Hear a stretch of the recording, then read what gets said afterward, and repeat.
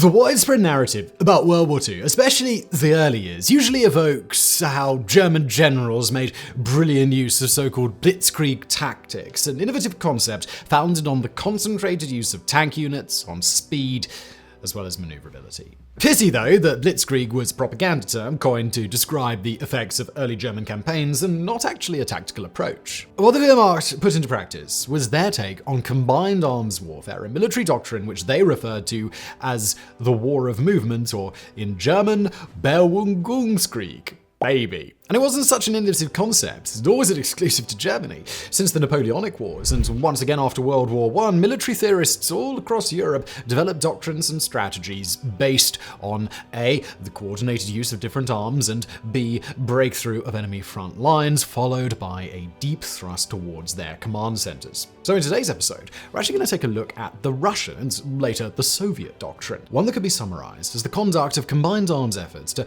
achieve a simultaneous attack against the enemy's combat order, not just against their front lines, but throughout the entire depth of their positions. Or as the Soviets put it, Globoki boy, or deep battle.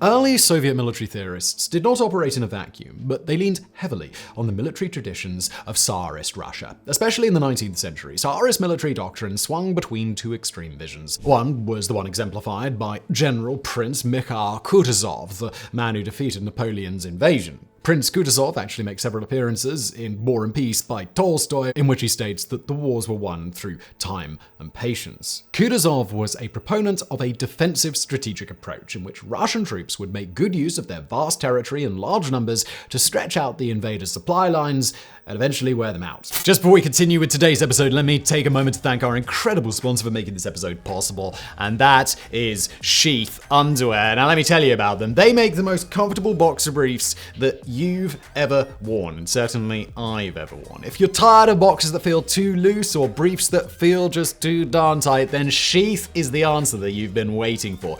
In fact, look, as well as having a pair here, this is an unworn pair. Yeah, I thought that would be best. I'm also wearing a pair of Sheath right now, as I speak. Once you bought a pair of Sheath, you try them out, and then you order more pairs of Sheath. At least that's how it went for me. The fabric's incredibly stretchy. It features moisture-wicking technology that keeps you cool and comfortable all day long. It's late spring here. It's early summer. And it's getting hot outside, and with Sheath everything stays in its exact right places because they have different pockets for all of your various man parts. And in the summer, you know, when things get a little bit hot down there, that's very, very nice. So look, it might sound a bit peculiar, you might have heard me talk about Sheath before, and yeah, it's just one of those things you gotta try, really, and then you're like, oh, that's better, isn't it? That's nice. But wait, there's more. Sheath now offers brand new materials like bamboo and mesh for even more cooling comfort.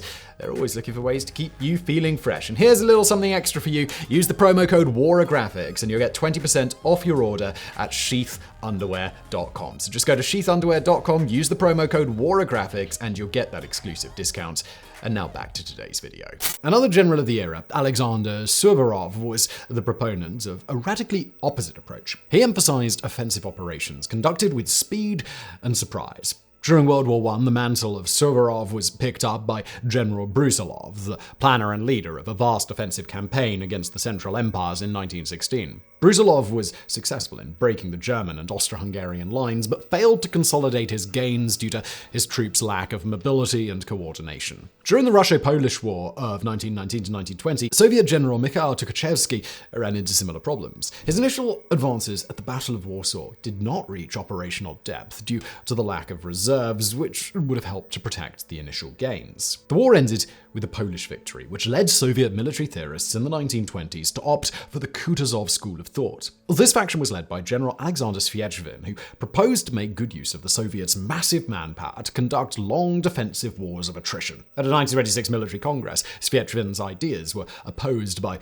Tukhachevsky, who argued that the nation's industrial capacity would not allow for such protracted efforts. The Red Army would have been better off by being on the offensive, quickly defeating its enemies through mobile operations. At the end of the Congress, Tukhachevsky's theories had the upper hand. Red Army commanders realized that offensive was the way to go and that large numbers of tanks were key in achieving victory, although they had not quite yet figured out how to organize armored units nor how exactly to use them. And now enter the picture another influential strategic thinker, General Georgy Isserson. His 1936 treatise, The Evolution of Operational Art, greatly influenced Tukhachevsky in distilling the tenets of this deep battle doctrine. Isserson theorized that a field commander should expect the opponent's formation to be structured as a layered system of defensive lines, supply routes, command centers, and staging areas for reserves. As the offensive progresses, the field commander will be met with an ever-increasing set of challenges with, quote, the greatest tension and crisis at the final stage of an operation. In other words, commanders should not celebrate victory once they had broken the initial front line. They should keep attacking. Therefore, a successful offensive operation should be conceived as, again to quote, an operation in depth. It must be planned for the entire depth, and it must be prepared to overcome the entire depth. According to Isserson, a defensive order of battle should always be assumed to be arranged along several deep echelons of resistance. These should be met with, quote, equally deep offensive echelonment. In a poetic stroke, Isserson described how a successful offensive should, quote, resemble a series of waves striking a coastline with growing intensity, trying to ruin it and wash it away with continuous blows from the depths. Now, this approach was eventually codified by Tukhachevsky into the Red Army's PU-36 regulation manual. So let's now take a look at this fascinating, although boringly named manual, and learn how deep battle, Globoki boy, actually works.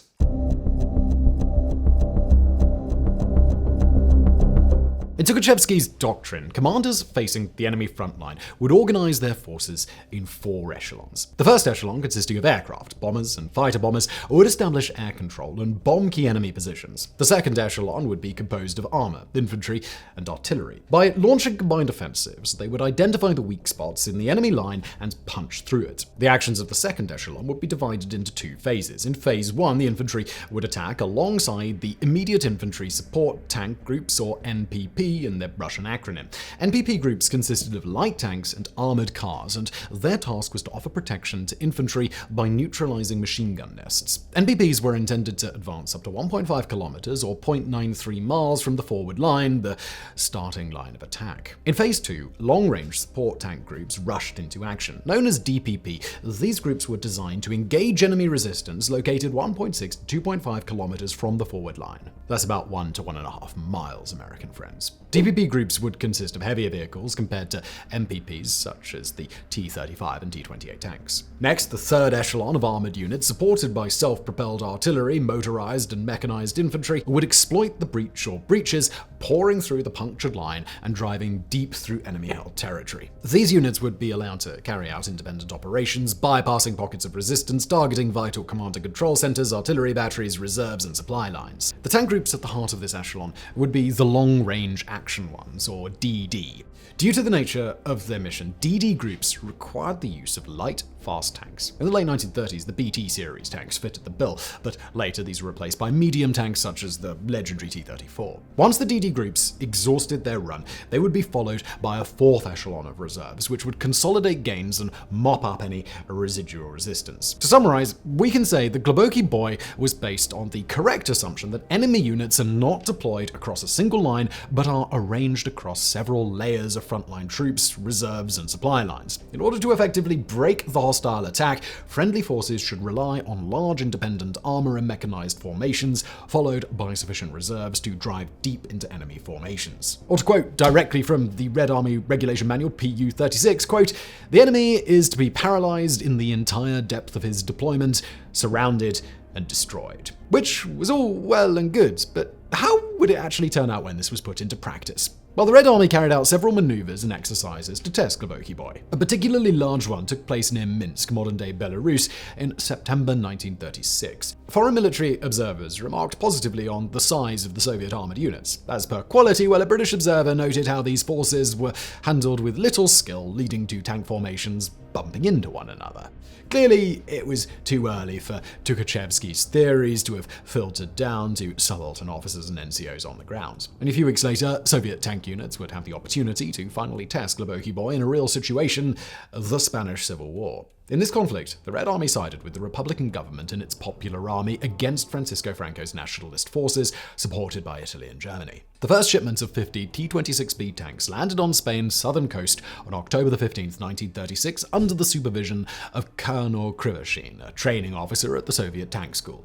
More than 300 further tanks would be delivered by the end of the year, and Krivoshin was joined by General Pavlov in command of all Soviet armored forces in Spain. On February 13, 1937, Pavlov and his 1st Armored Brigade had the chance to prove their mettle against a nationalist attack on Madrid. Franco's forces moved towards the capital from the southeast and were met by Pavlov at the Battle of Jarama. Pavlov's tanks successfully halted the nationalist advance, but they lacked infantry support and thus failed to disrupt in depth the enemy formation and exploit the initial success. On March 8, 1937, Soviet and Republican Spanish forces successfully fought back an Italian attack at the Battle of Guadalajara. This time, Pavlov ensured good coordination between armor and air support, but did not pursue a counter-offensive in depth, allowing the Italians to withdraw in good order. On July 5, 1937, a combined Soviet-Spanish force of 130 tanks and 125,000 men may have had the opportunity to finally show the world how to Gleboki Boy an enemy army out of existence. This was the Battle of Brunete, one in which Franco could field only 50,000 troops and 50 tanks. The Republicans did indeed score an initial impressive success, penetrating up to 24 kilometers or 15 miles into nationalist lines. But the initial attack echelons failed to destroy Franco's support routes, allowing him to refit, regroup, and consolidate his defenses. From the entire Spanish experience of General Pavlov, the High Command of the Red Army drew the wrong conclusions. Large independent armored units were useless and tanks should be used in an infantry support function, or NPP, according to their previous classification. Now, these setbacks had occurred really early on, only shortly after Tukhachevsky's theories had been published in that manual. Therefore, tank troops still lacked extensive training. I mean, it was only going to be a matter of time before everyone was trained properly, right? Right?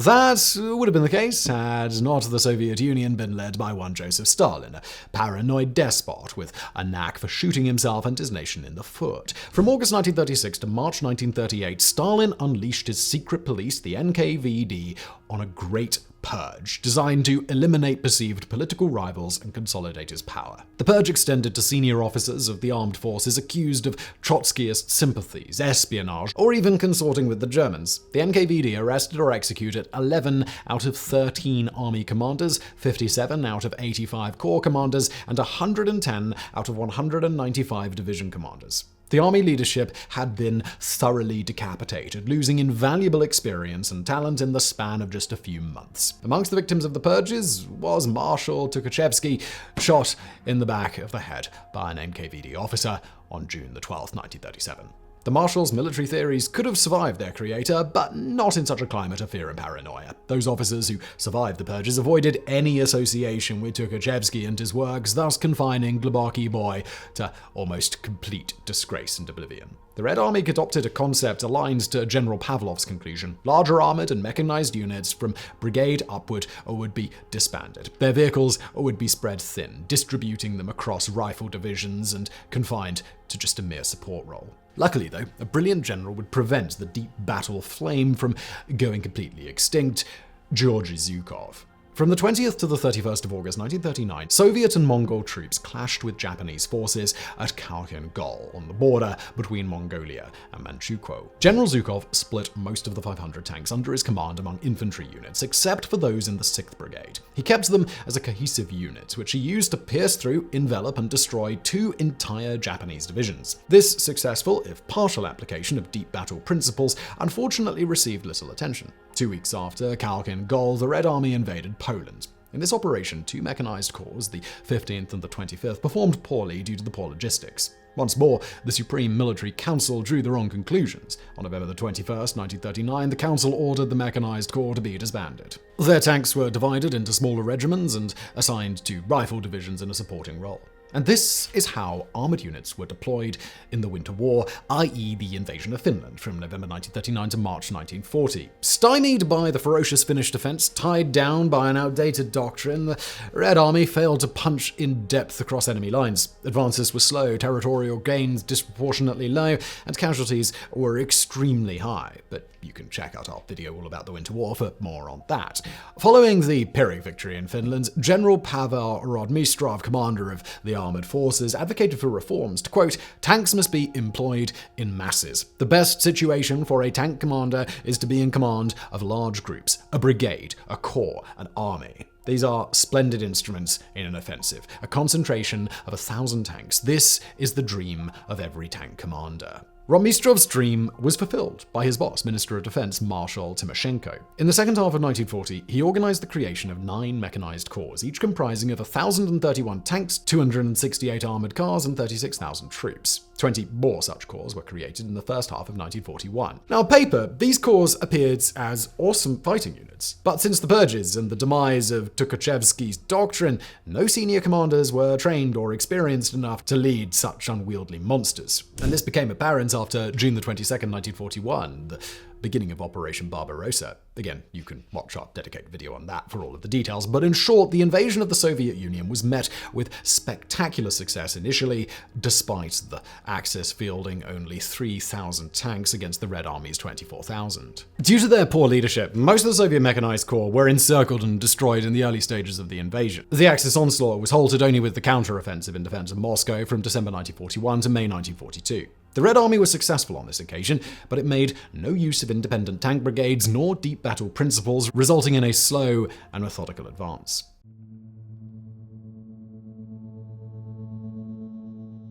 In May of 92, former minister, now simply Marshal Timoshenko, appeared to give another shot at Gluboký Boy. He constituted 2 independent tank corps to launch an offensive around Kharkov, modern-day Ukraine. But lack of coordination across echelons led to another failure and the destruction of more than 1,000 tanks. This defeat may have spelled utter doom for deep battle, but Marshal of Armoured Troops Yakov Fedorenko used it instead as a learning opportunity. In June of 1942, he issued an order about the formation and use of armoured corps, which might as well have been penned by Tukhachevsky himself. Quote, "In an offensive operation, an armored corps has the mission of massing its forces for a deep thrust, enveloping the enemy's main forces, encircling them, and destroying them in cooperation with the Air Force and with other ground units. An armored corps may drive ahead of the other friendly forces and penetrate the enemy sector to a depth of 40 to 50 kilometers, provided that a second wave is sent through the gap." The Stalingrad counteroffensive, part of Operation Uranus in November 1942, is a great example of how to correctly use an independent tank formation,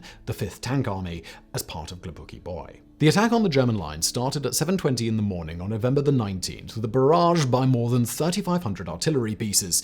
This was the first echelon. Then the second echelon kicked off with 2 rifle divisions supported by NPP tank units. This created a large breach in the Axis defenses. Then 2 tank corps, the third echelon, rushed through the gap, neutralizing reserves and command nodes. In little more than 3 days, the 5th Tank Army was able to advance more than 130 kilometers or 81 miles. Following the Stalingrad defeat, the Germans sought to retake the initiative by launching an offensive in July and August of 1943. This resulted in the Battle of Kursk, the largest tank battle in history, and I'll refer you to our dedicated video about that battle for more details on that. It seems like we've really covered it all. But from the perspective of the application of Gluboký Boy, it's worth mentioning that the Red Army successfully repelled the initial German attack on the 5th of July by deploying a system of defenses in depth. The Soviets then went on the counteroffensive with 2 operations, Kutuzov and Rumyantsev, on the 12th of July and the 3rd of August respectively. The first action broke enemy lines at Oryol, north of Kursk, and pushed deep into German-held territory, eventually covering 540 kilometers or 335 miles and liberating Smolensk. Operation Rumyantsev instead attacked the Germans south of Kursk, resulting in the liberation of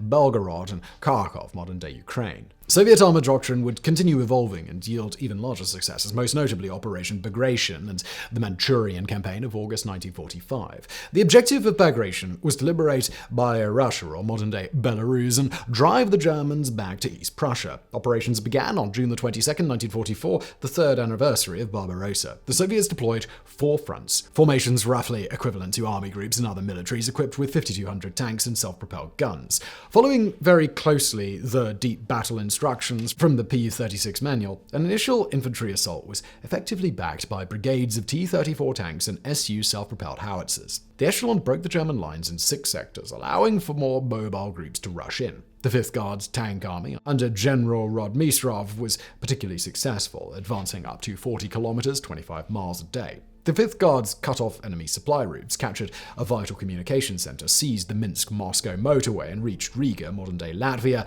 at the end of August. All the while, they had been followed by a 4th echelon of infantry, which secured their gains and took tens of thousands of prisoners. The assault against the Japanese Kwantung Army in Manchuria was even more impressive. Here, the Red Army fielded 3 fronts with 3,700 tanks and 1,850 self-propelled guns, which went on the attack on the 9th of August 1945. Now masters of mobility, the Soviet tank armies advanced 450 kilometers or 280 miles in just 4 days. That was over mountainous terrain. The run into Manchuria was spearheaded by the 6th Guards Tank Army of General Andrei Kravchenko, which had successfully enveloped the Japanese defenders by the 13th of August. A week later, the campaign concluded with a decisive Soviet victory. Impressively, Kravchenko's tanks had advanced an average of 80 kilometers or 50 miles per day.